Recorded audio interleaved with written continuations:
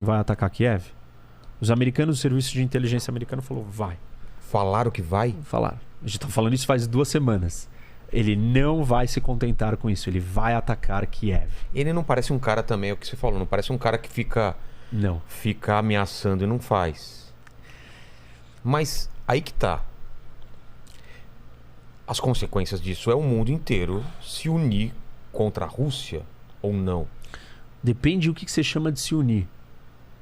Se unir é a mesma coisa que aconteceu quando a Alemanha e Japão e aconteceu aquilo lá, de ter essa consequência de eles serem tratados como grande mal a ser combatido. Nem a Europa. Você entendeu? Entendi. Nem a Europa e nem os Estados Unidos colocarão nenhum soldado aqui para defender a Ucrânia. Por quê? Porque eles não estão preparados para entrar numa terceira guerra mundial pela Ucrânia. Basicamente isso. Eles não se prepararam durante os anos? Não, eles não querem fazer uma terceira guerra mundial pela Ucrânia. Ninguém quer. Não. Os europeus menos ainda. Eles vão assistir acontecer isso. Bom, mas isso é e uma vão recriminar. Isso é uma repetição da história. Eles assistiram isso com Hitler. Exato. Falaram, não, mas é só aquele ali. Deixa tudo lá bem, na Polônia, né? Não, só. Aí chegou uma hora que foi tarde demais. E o Putin, então, ele espera que isso aconteça, que não tem uma reação. Ele tem certeza que não vai ter. Tem certeza. E ele tá certo. Mas não haverá uma reação militar do Ocidente para proteger a Ucrânia. O que o Ocidente vai fazer? Dar armas. Já está dando, desde 2017. Para ucranianos? Para Ucrânia. Nossa. Está dando armas para os ucranianos se defenderem. Quem que está desesperado aqui? Quem que você acha que está desesperado nessa história? A Polônia de novo. Isso. É óbvio. Todos os países, esses 3 aqui, Estônia, Letônia, Lituânia, estão desesperados. Polônia está desesperado. Porque você está falando que vai acontecer. Gostei de aqui não aconteceu nada. Ele vai vir para cá também, o Putin? Se ele recuperou esse território inteiro. Esse daqui é o maior estado em população das ex-repúblicas soviéticas. De todas as ex-repúblicas soviéticas, o Cazaquistão é maior em tamanho. Mas não é Mas em população, a Ucrânia é maior. São mais de 40 milhões de pessoas aqui. A Ucrânia é o primeiro, é a mais importante a ser recuperada. Mais importante. E ela é mais chave, porque o Putin disse no discurso dele de 2 dias atrás que ele falou? Que não existe nação, país ucraniano independente. Que a Ucrânia é uma invenção dos russos. Dos russos? Dos soviéticos, dos russos. Que esse país não existe, que eles são irmãos e que eles são russos. Na verdade, que não existe diferença entre russo da Rússia e russo, por isso que é White Russians ou russos brancos pequenos russos, tudo russo. Isso daqui é tudo russo para ele. Só que ele ignora que existe um idioma, uma cultura, uma história, uma identidade nacional de um povo que foi dominado em momentos pelo Império polonês, por vikings, por mongóis, por todo tipo de gente. Por turcos, mas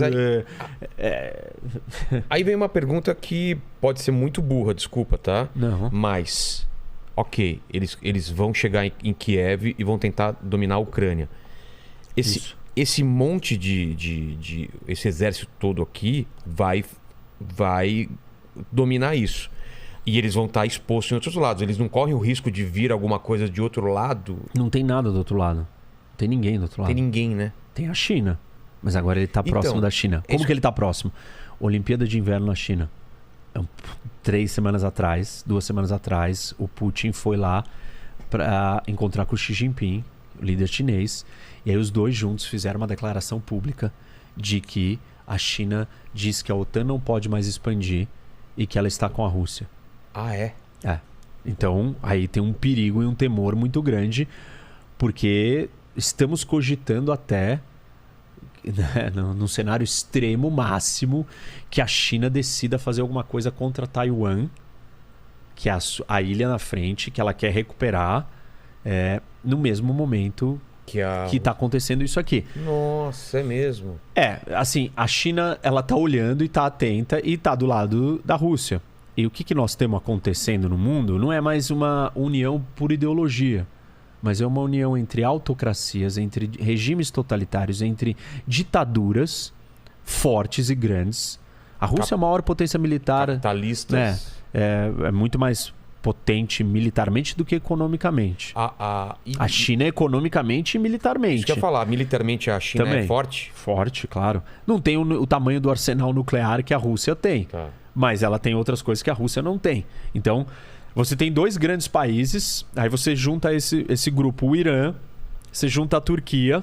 A Turquia tá mais desse lado? Tá. O Erdogan é um ditador, assim, terrível. Ela faz parte da OTAN. É isso que eu ia falar. Ela ainda faz parte da OTAN, mas ela tá flertando e ela tem se aproximado e se juntado com essa turma dos ditadores. Junta com o Irã, junta com outros aí, Coreia do Norte, e essa é uma guerra, ou é uma disputa entre o mundo autoritário contra o mundo democrático. Você fala que não é mais ideologia, por quê? Sendo que eles são autoritários. Isso não é uma ideologia, é uma... É um sistema de governo, vai. Não, assim, tipo, é um jeito de se organizar politicamente. Não é uma ideologia no sentido que controlam com mão pesada. Não é uma ideologia completa no sentido econômico de como que você tem que viver e tal. Enfim, quer dizer, tudo tem que viver como o líder quer, como o ditador quer, mas não é no sentido ideológico que a gente tinha na Guerra Fria de comunismo contra capitalismo. Esses países aqui são capitalistas de Estado. Um outro conceito. É uma economia aberta, capitalizada, né, mas controlada, dominada pelo Estado. O que a grande preocupação aqui? Como que isso vai acontecer? Primeiro, né? O que ele vai fazer em Kiev? Ele vai entrar em Kiev, ocupar, derrubar o governo e sair? Se ele fizer isso... Aí volta um outro governo depois, ele não tem controle sobre o país. Se ele vier ficar e entrar em Kiev, ele vai ficar numa guerra urbana. E uma guerra urbana numa cidade desse tamanho, num país que não quer ser dominado pela Rússia, é uma guerra de guerrilha. Sangrenta e... interminável. Interminável. Porque ela não acaba. Você vai ter que exterminar todo mundo para acabar. Enquanto tiver 100 ucranianos ali lutando, é um sniper, né? Um atirador no alto de um prédio, dá um tiro no tanque, explode um tanque. Carro-bomba. É guerrilha, é assimétrico o conflito. E aí mas a Rússia as baixas são altíssimas. A Rússia não quer isso. Assim, se ele estiver caminhando para isso, é uma loucura. Ele está num outro nível de loucura. Você acha que não é isso que ele vai caminhar para isso? Eu acho que não tem como. Só que ninguém conseguiu entender o que ele quer fazer com Kiev, se ele não vai fazer isso. Tem gente que tá aventando a possibilidade de ele entrar, derrubar, sair, fazer um cordão em volta da cidade. Isolar a cidade por fora e não ficar na guerra urbana. Sei lá. Nossa. Outra possibilidade é ele só vai anexar essas províncias aqui do leste da Ucrânia. Ou, eu tenho dito isso daqui também, ele vai vir aqui e criar um corredor para pegar por terra a Crimeia. Porque a Crimeia, ela não tem ligação por aqui, tá certo? Que ele colocou uma ponte depois de 14, mas a conexão com o continente está aqui. E para ele fazer isso, ele ocuparia esse território, controlaria isso daqui, e aí é um jeito da Rússia acessar a Crimeia, direto por terra. E de quebra ele também pegaria essas 2 províncias. Me parece mais uma segunda etapa dessa situação é ele vir aqui e se juntar... Com a Moldávia? Também Por quê? Aí tem um problema na Moldávia. Tem um território aqui que chama Transnistria. Transnistria. Que tá aqui, ó.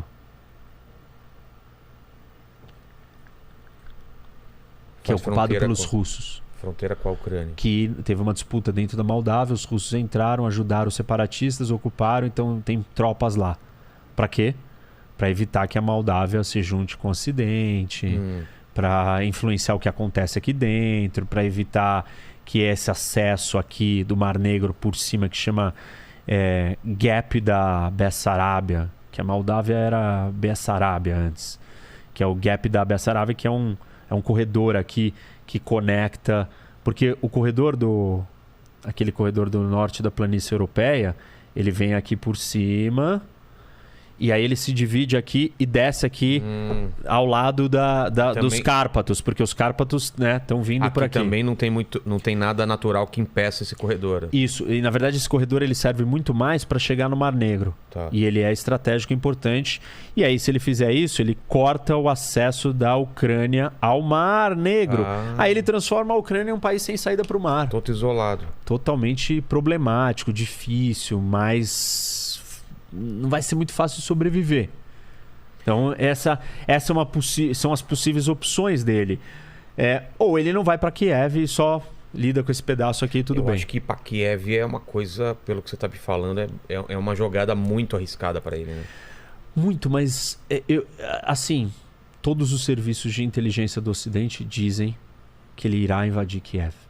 Hoje, o presidente da Ucrânia declarou estado de emergência no país e convocou todos os reservistas. Toda a população parou e ninguém mais trabalha e o país inteiro está mobilizado para a guerra. Porque você tem que se concentrar e se preparar para a guerra, porque eles acham que a invasão é iminente. E ele está sendo orientado e guiado pelo Ocidente, tentando ajudar, pelo menos com informação. Como se começa uma guerra desse jeito? Primeiro ele vai atacar com mísseis. Porque ele vai destruir as baterias antiaéreas e a força aérea ucraniana do que restou. Que já não é grande coisa, mas ele vai atacar as bases militares. Ele sabe onde elas estão localizadas, ele vai bombardear com mísseis e vai destruir o exército ucraniano antes dele se mover. Depois ele vai vir... vai exercer uma superioridade de comando e domínio aéreo. E depois ele vai vir por terra. Como que faz esse domínio aéreo? Uma vez que você não tem mais força aérea do outro país, você... Não tem antimíssil. Não tem antimíssil, você controla o espaço aéreo, você vai ficar voando, sobrevoando, vendo o que está acontecendo ali, você vai ter superioridade aérea para ajudar suas forças terrestres que estão avançando por terra. E aí ele vai vir por terra... Que vem a terra e vem um avião bombardeando aqui, evitando... Se tem resistência aqui, o avião avança e ataca antes, helicópteros e tal, e vai caminhar. É uma guerra perdida para a Ucrânia. Se a Rússia quiser mesmo avançar, eles não têm o que fazer. Só resistir. Mais ou menos. Ah, é? Em 1939, a Rússia decidiu que ela iria ocupar a Finlândia. E essa guerra se chama Winter War, Guerra do Inverno. E aí os russos estão com, acho que, se eu não me engano, era 40 mil soldados... E a Finlândia tinha assim, um número 5 mil soldados, um número muito baixo, muito inferior. Acho que era 20 mil e 4 mil. Muito inferior. Não estavam preparados, estavam divididos ideologicamente, politicamente. E a Rússia, com uma superioridade muito maior, em dezembro, faz uma ofensiva e entra para dentro para dominar a Finlândia. Os finlandeses lutam bravamente, unidos, organizados, com esquis. Os russos de tanque, os finlandeses com esqui, eles entram na retaguarda das linhas de suprimento, cortam o abastecimento dos tanques, os tanques se tornam inúteis e conseguem vencer a guerra. Caramba! E expulsam os russos. Perdem 11% do seu território, porém não são dominados e ocupados por completo. Então, assim, se a Ucrânia quiser resistir, e ela tem resistido até agora, ela não parou de lutar aqui. Eles têm um exército menor. Os números oficiais falam que a Rússia tem 3 milhões de soldados, se você contar os reservistas. Então ela convoca 3 milhões, tem 1 milhão no exército pronto e a Ucrânia tem quase 300, por volta de 300 mil e chamando os reservistas 3 milhões. Mas aí tem gente que está dizendo, ou existem outros falando, não, ele tem 3 milhões também, se chamar todo mundo, mobilizar o país inteiro e tal. E aí a gente tem que levar em consideração questões como o moral das tropas. Os russos estão lutando pelo quê? Pela anexação de um território a mais? E os ucranianos estão lutando pelo quê? Pela sua casa, pela sua terra. Então, supostamente, ele vai lutar com mais afinco. Existe uma superioridade militar russa incontestável, obviamente. Mas como que os russos vão ler esse movimento do Putin? Eles vão entender que esse movimento é legítimo? O Putin, tudo que ele faz, tem sempre um grande teatro por trás. Então, ele prepara coisas para parecer de um jeito. Ele não simplesmente vai e faz. Na Crimeia ele preparou. Teve um referendo. Falou, não, os russos da Crimeia que quiseram. Tem sempre tem um grande show.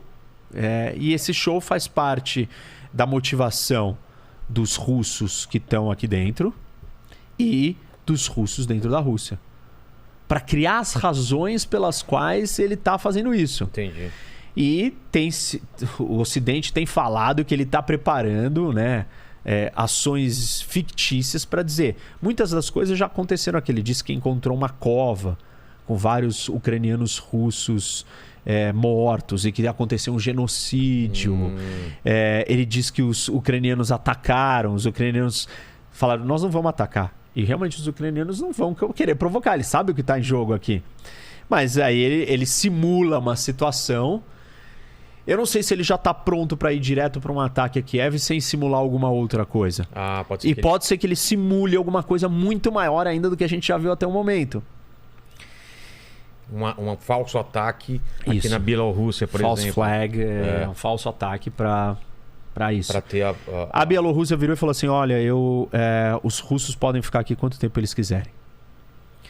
E nesses exercícios militares, em 2014 também aconteceu isso, os russos botaram em alerta, em operação, o seu arsenal nuclear, para dar um recado para o mundo.